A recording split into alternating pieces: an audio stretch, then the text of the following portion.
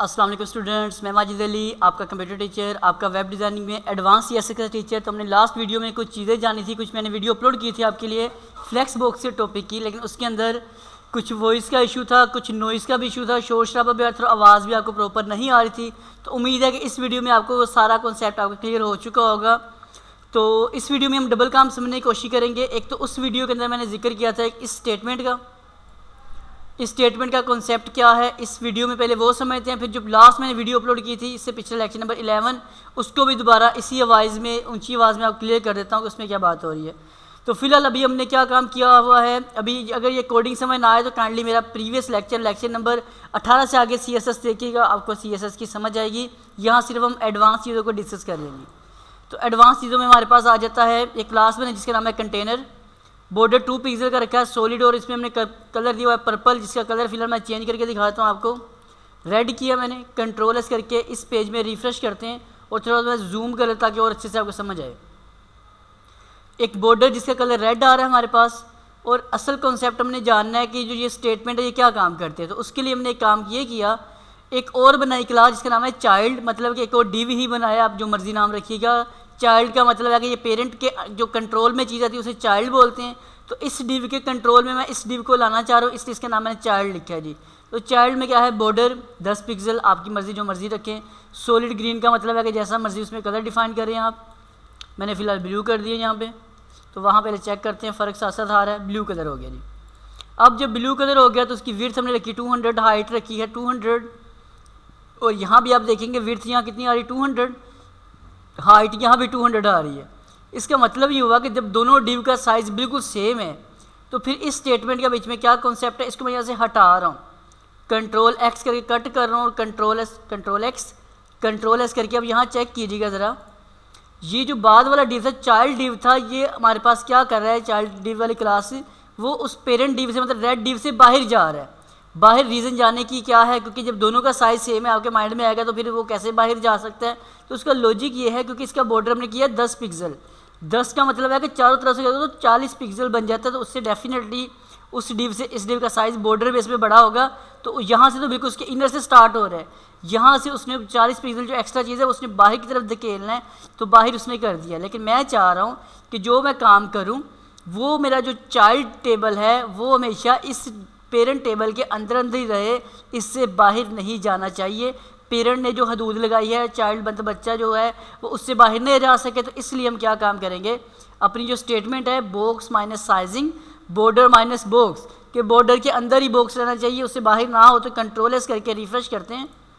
अब जैसे आप देखेंगे तो ऑटोमेटिकली उसने उसी बॉक्स के साथ जाके चाइल्ड ने अपने अंदर चेंजिंग पैदा की है। पेरेंट्स क्योंकि जो फैसला करते हैं सेम वही चीज़ है कि उनका फैसला बच्चों को मानना पड़ता है। तो इसलिए रेड वाला डिव ने साइज़ बड़ा नहीं किया, ब्लू वाला जो चाइल्ड डिव है उसने जाके उसके मुताबिक अपनी एडजस्टमेंट कर ली है।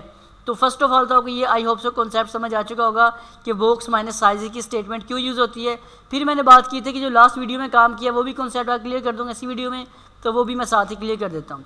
अगर यहाँ तक समझ आए तो वीडियो को लाइक ज़रूर कीजिएगा। मैं चलता हूँ नेक्स्ट कॉन्सेप्ट आपको समझाने की तरफ। तो मेरे पास एक दूसरी फाइल है फ्लेक्स नाम वाली, इसको ओपन कर लेते हैं और इसी का प्रीव्यू भी खोल लेते हैं जी। इसका प्रीव्यू खोलने के बाद देखते हैं जिसमें हमने क्या काम किया था। टेबल्स हम ये समझने की कोशिश कर रहे थे इसकी, और ये हमारे पास इसकी कोडिंग है। इस कोडिंग में क्या काम हो रहा है, ये वो स्टेटमेंट है। इसको फिलहाल मैं यहाँ पे हटा भी देता हूँ, तो फिलहाल इसमें अंदर इतना कोई ज़्यादा इफेक्ट नहीं कर रही, लेकिन कॉन्सेप्ट आपको बहुत अच्छे समझ आ चुका कि ये स्टेटमेंट अब क्या काम कर रही थी। पिछली वीडियो में आपको मैं नहीं सीख से एक्सप्लेन कर पाया था जी। अब यहाँ पे फिर से एक काम है, एक कंटेनर बनाया गया है जिसकी हाइट 400, बॉर्डर 2 पिक्सल, विड्थ लेकिन इसकी 100% है, और डिस्प्ले इसका फ्लेक्स कर दिया गया। फ्लेक्स का मतलब क्या होता है वो मैं आपको अभी इसका रिजल्ट निकाल के दिखाता हूँ और फ्लेक्स हटा के दिखाता हूँ। उसके बाद एक और बॉक्स बनाया जिसकी बॉर्डर 2 पिक्सल, सॉलिड ग्रीन है, कलर जो मर्जी रखिएगा, विड्थ 80 पिक्सल हमने सेट कर दी है। अब मैं इसमें से डिस्प्ले फ्लेक्स ख़त्म कर रहा हूँ ताकि आपको ये पता लगे कि डिस्प्ले फ्लेक्स किस चिड़िया का नाम है, क्या चीज़ है ये वाली। कंट्रोल एस करके वेरीफाई करते हैं। और HTML में क्या काम किया हमने, कंटेनर डिव के अंदर जितने भी हमने डिव हैं, बाकी सब डिव्स, सब क्लासेस सारी इसके अंदर रखी हैं। रिफ्रेश करते हैं इसको, तो यहाँ अगर आप देखेंगे तो जब बाय डिफ़ॉल्ट एक डिव के बाद जो दूसरा डिव होता है हमेशा, क्योंकि इसकी पोजीशन रिलेटिव होती है, तो ऑटोमेटिक एक डिव के बाद दूसरा डिव उसके नीचे आना शुरू हो जाता है। तो मैं चाह रहा हूँ कि एक डिव के बाद जो दूसरा डिव है उसके आमने सामने आना चाहिए, ना कि नीचे की तरफ आए। तो इस काम को करने के लिए पहले मैंने आपको एक लेक्चर में जो CSS बेसिक सिखाई थी उसमें मैंने आपको पोजीशन, रिलेटिव और एब्सोल्यूट के जरिए काम सिखाया था। तो अब हम मूव हो चुके हैं एडवांस काम में, और एडवांस काम में हमारे पास जो चीज़ बचती है वो हमारे पास आ जाता है डिस्प्ले फ्लेक्स।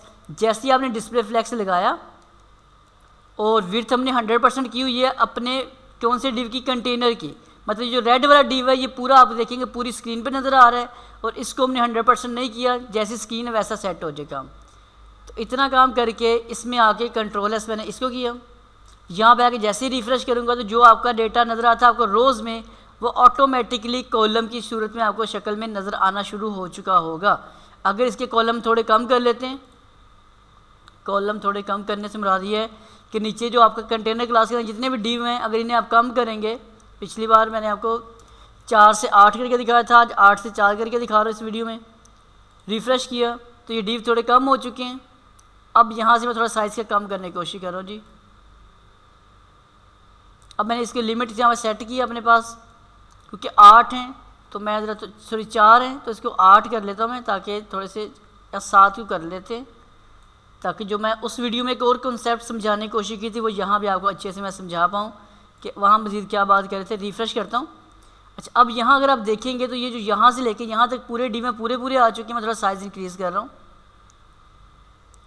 अब यहाँ क्योंकि हमने मल्टीप्लाई किया है 80 रखी है विड्थ 1 की, कहाँ पे क्या हमने फ़ैसला किया ये देखिए जी, जो हमारे पास बॉक्स का डिव की विड्थ है वो 80 है, तो इसका मतलब है कि यहाँ तक 80 को मल्टीप्लाई जब 7 से करेंगे तो यहाँ जो हमारे पास विड्थ पूरी हो जाएगी। उसके बाद जो जगह बचेगी, क्योंकि ये वो डिव हमने किया 100%, इसने हमारे ब्राउज़र के साथ साथ पूरा होना है, और इस वाले ने क्या काम करना है, जहाँ जहाँ 80 के साथ जाकर जगह फिल होगी वहाँ वो फिल होता जाएगा। लेकिन हमने इसमें बॉक्स साइजिंग को अप्लाई साथ कर देना है, तो जिससे हमारे पास क्या फ़ायदा होता जाता है, जैसे जैसे हम साइज़ छोटा करते जाएंगे वो हमारी कोडिंग उसी के अंदर जाके पूरी सेट होती जाएगी। तो उम्मीद है कि आपको अब ये जो बात है ये आपको अच्छे समझ आ चुकी होगी। और पिछली वीडियो मैंने इंस्पेक्ट भी किया था। इंस्पेक्ट करने का फ़ायदा ये होता है कि आप अपनी वीडियो कह रहा हूँ अपनी जो है कोडिंग को रिस्पॉन्सिव करके चेक कर सकते हैं कि मोबाइल पे आपकी वेबसाइट कैसी नज़र आएगी, आईफोन पे कैसी नज़र आएगी, टैबलेट पे कैसी नज़र आएगी, और इस तरह अलग अलग मीडियाज़ हम चेक कर लेते हैं। वो कहाँ पे, जहाँ पे ये आपकी नंबरिंग 2 3 4 लिखा नज़र आ रहा है, इसका जब साइज़ छोटा बड़ा करूँगा तो यहाँ कुछ रेजोल्यूशन आपको लिखी आ रही होती है कि किस रेजोल्यूशन पे किस तरह का रिज़ल्ट आ रहा है। यहाँ पे 150 पे ये रिज़ल्ट आ रहा है, 2 इतना आ रहा है, 370 पे ये आ रहा है, और जैसे जैसे मैं बढ़ाता जा रहा हूँ तो ऑटोमेटिक आपका रिज़ल्ट कैसा होगा वो आपको उस चीज़ का आइडिया होता जाता है। तो अगर आपको ये वाला कॉन्सेप्ट अब अच्छा लगा, समझ आ चुका है, तो इस वीडियो को ज़रूर लाइक शेयर कीजिएगा। चैनल पे फर्स्ट टाइम तो सब्सक्राइब कर लीजिएगा। मैं माजिद अली मुलाकात करूँगा कि नेक्स्ट वीडियो में तमाम दोस्तों को, तमाम स्टूडेंट्स को मेरी तरफ से अल्लाह हाफिज़, बाय बाय।